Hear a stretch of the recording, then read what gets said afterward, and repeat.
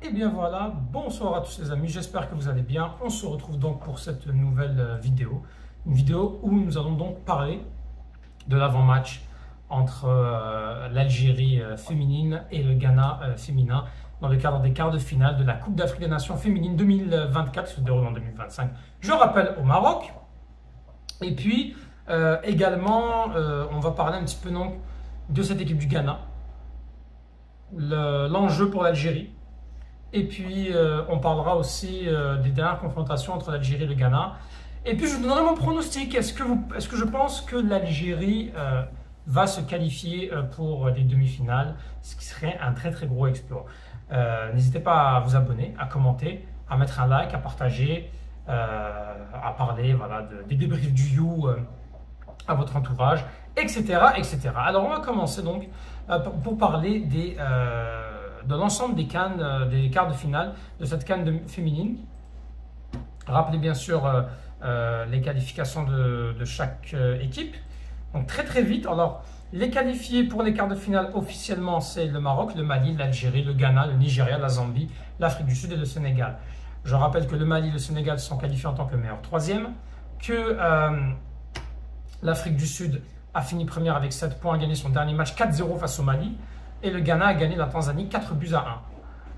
Voilà. Le Botswana ne s'est pas qualifié, elle n'était pas mieux classée dans les meilleurs troisièmes. C'est finalement le Sénégal qui s'est qualifié. Et donc, on a Maroc vs Mali pour le premier quart de finale. On a l'Algérie et le Ghana.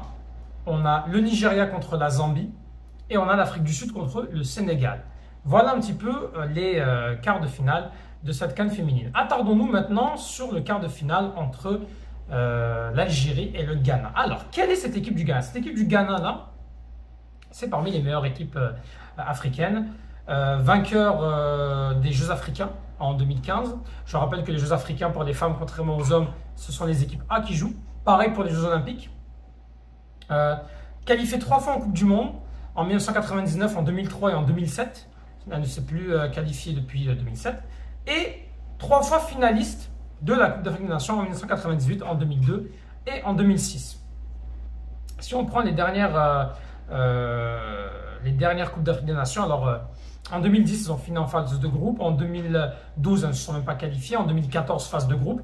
En 2016, troisième. Et en phase de groupe en 2018. Voilà.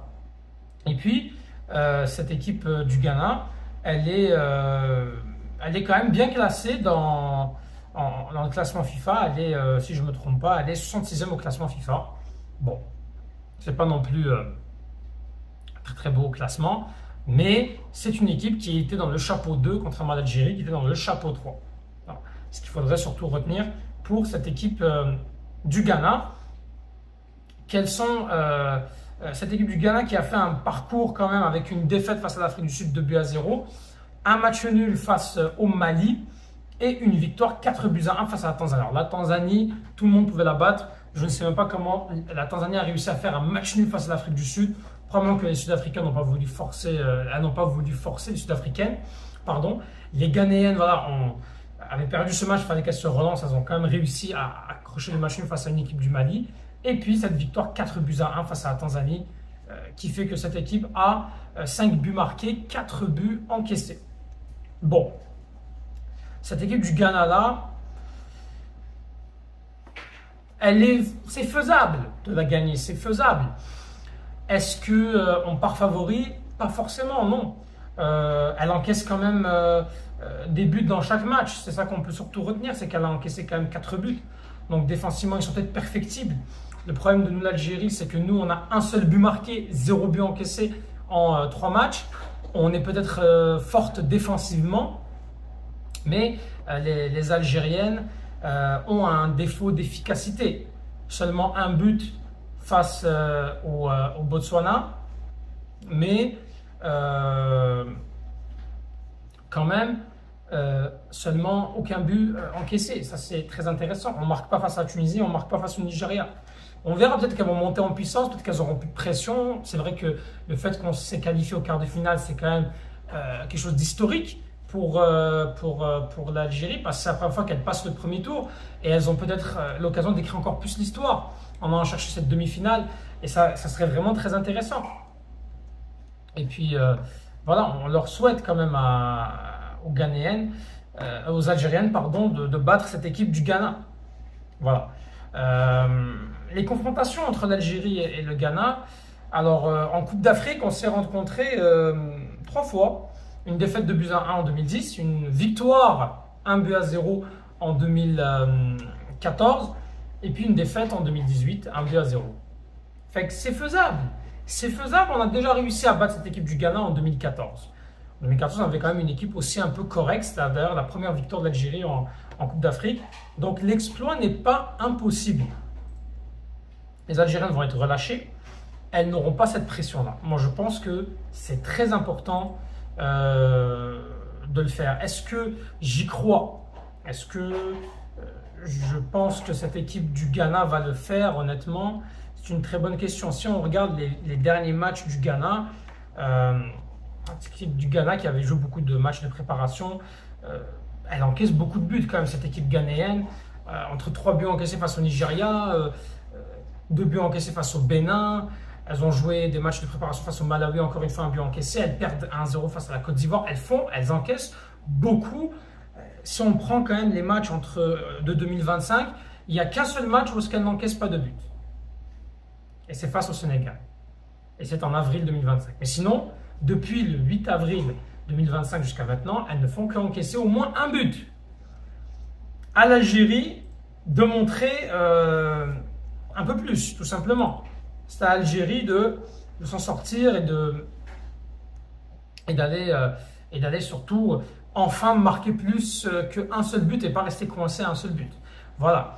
Donc, c'est plus ou moins ça. Après, l'équipe d'Algérie est une équipe qui encaisse pas beaucoup de buts. Quand même, si on regarde nos dernières performances, à part face au Nigeria, on n'encaisse pas beaucoup de buts.